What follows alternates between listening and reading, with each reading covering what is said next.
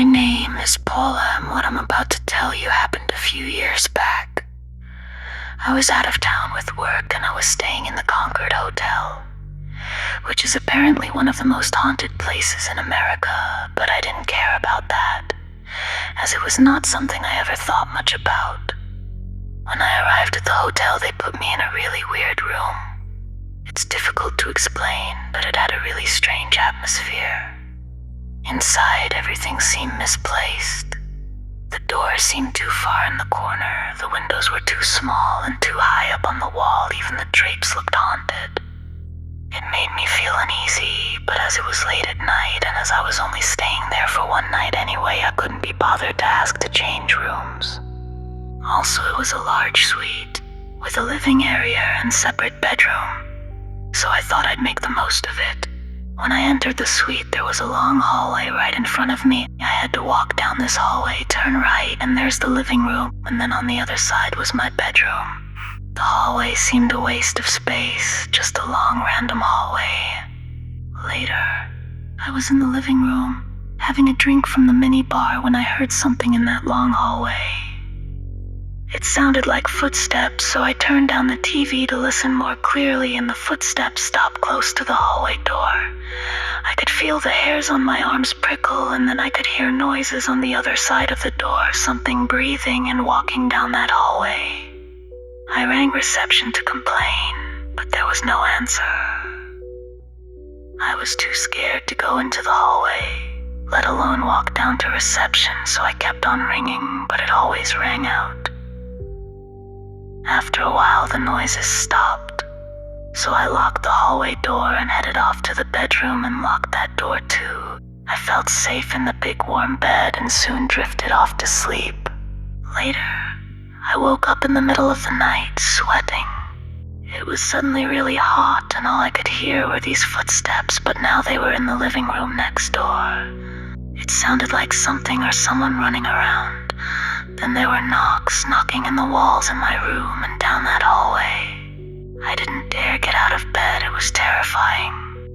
I tried reception on the phone by my bed, but again, there was no answer. I thought about calling the police, but what was I gonna say to them? Those noises could be anything. Pipes rattling, echoes from neighboring rooms. I reassured myself and somehow managed to get back to sleep. But then the sound of the bedroom door opening woke me up. But when I looked at the door, it was still closed. I closed my eyes and put the sheets over my head, and it was then that I had this most terrifying experience. It felt like something got in the bed with me. I could literally feel the pressure of the thing getting in the bed beside me. I could feel it slowly put its arms around me, and then it started squeezing me. I couldn't move. I was frozen with fear, and then it whispered in my ear, "Don't move." I got so scared. You'd think I'd have screamed, but all I could muster was a weak, "Help, help." The pressure suddenly released from around me, and I turned around expecting to confront an intruder. But there was no one there. I got up and unlocked the bedroom door and bravely searched the living room. Nothing seemed out of the ordinary, so I went back to my bedroom, locking the door behind me. The experience had left me frightened, so I had an awful night of broken sleep. As I checked out early that morning, I told the manager what had happened. He gave me a faint smile and shook his head. He whispered to me, "You must have met the owner. She died in that room shortly after it was built." My name is Kieran and I work at a hotel in Leicester in the UK. This story happened while I was on a late shift. One night, I was collecting all the food trays that guests leave outside their rooms. It was well after midnight, and I was on the 12th floor. As I passed the guest lift, I heard a woman sobbing. It was a constant low cry. She sounded upset. I wondered if she was okay and why she was outside her room at this hour. I left my trolley and quickly went to check if she was okay. I walked around to where I thought the sobbing was coming from, but to my surprise, there was no one there. I checked all around the corridors, trying to work out where the cries were coming from, but I couldn't. It sounded like the crying was coming from somewhere else, just out of reach. So I decided to head back towards the lift, and that's when the sobbing suddenly stopped. On another evening, I received a call from a guest who wanted room service. I took their order, and when it was ready, I took it up to their room. I knocked at the door and waited, but there was no answer. I could see movement through the gap beneath the door, so I assumed that they mustn't have heard me. I knocked again. This time I heard someone walk up to the door and pull the handle, but they didn't open it. I could tell that they were at the door because the handle moved and I could see their shadow through the gap underneath, but the door remained closed. I thought it was strange. So I double-checked that I had the correct room number, and as I was doing this, a man and woman approached me. They said that they were sorry for arriving late and that they had ordered room service while they were having a drink in the bar downstairs and had hoped to get back to their room before I did.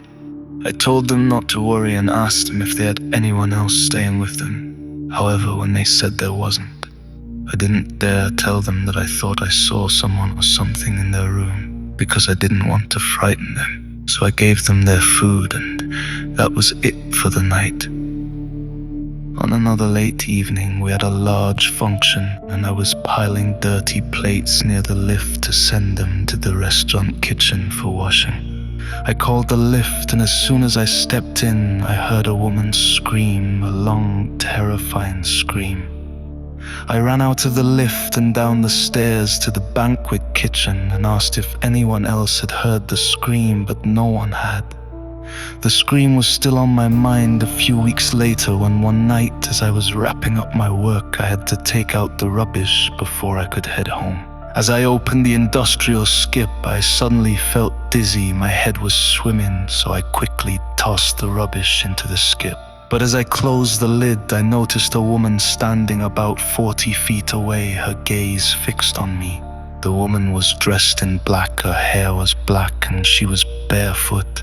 I ignored her and headed back inside, but the dizzy feeling increased and I stopped to get my balance. It was then that I realized that she was following me and she was much closer than before. I thought it was strange, so I walked faster into the kitchen and turned to ask the woman what she wanted. But when I looked up, she had vanished. This was enough for me. I quickly grabbed my coat and left. I decided to leave the job and started working somewhere else. It was an experience I'll never forget. My name is Anna, and I used to work at a small hotel in the UK. I covered the night shifts from 11 at night until 8 in the morning. My role was checking guests in and out. On this particular evening, I had finished all the paperwork and sat passing the time by reading a book. I was in the back office when the phone rang. The digital display showed the room number of the caller, 224. I answered, but I received no response. After waiting a few seconds, I hung up. About 10 minutes later, the phone rang again. Again, it was room 224. This time, however, I heard a faint sigh before the line went dead. I wondered if there was something wrong with the line, as nothing like this had happened before. I made a note to pass on to maintenance in the morning and went back to my book. But then, the front desk bell rang. A guest had come down to complain. He said he tried to call reception, but the phone was always engaged. He complained that someone in the room next door was making noise and banging on the walls. I apologized and said I would speak to them. When I asked for his room number, he said he was in room 226, which is right next to room 224. His response gave me pause, and he noticed my reaction. He asked if everything was all right, and I assured him it was. While the guest went out for a smoke, I checked the computer to get the name of the person staying in room 224. But to my horror, the room was unoccupied. I was thoroughly unnerved, but assumed it was a clerical error. Then suddenly, the smoke alarm in room 224 went off. Each room has its own smoke alarm, and there's a panel that displays a flashing light next to the room number when an alarm sounds. I was really scared, but I grabbed the master key and went upstairs to check out room 224. I stood outside the room for a moment, mustering the courage to enter. I knocked loudly on the door and waited for an answer. There was no sound, no movement, and I couldn't hear the smoke alarm either. I swiftly unlocked the door and went in. The room was empty, with the bed neatly made, towels folded on it, and pillows plump. There was no sign of anyone staying in the room. Suddenly a shadow crept across the wall, and I spun around to see the figure of a man at the door. I screamed. To my surprise, the figure spoke. It was the man from room 226 returning from his cigarette break. I was relieved, and he apologized for scaring me. I showed him that the room was empty, but he was adamant that someone had been in there. That was the end of my encounter with whatever was in room 224, and I spent the rest of the night petrified, counting down the minutes until my shift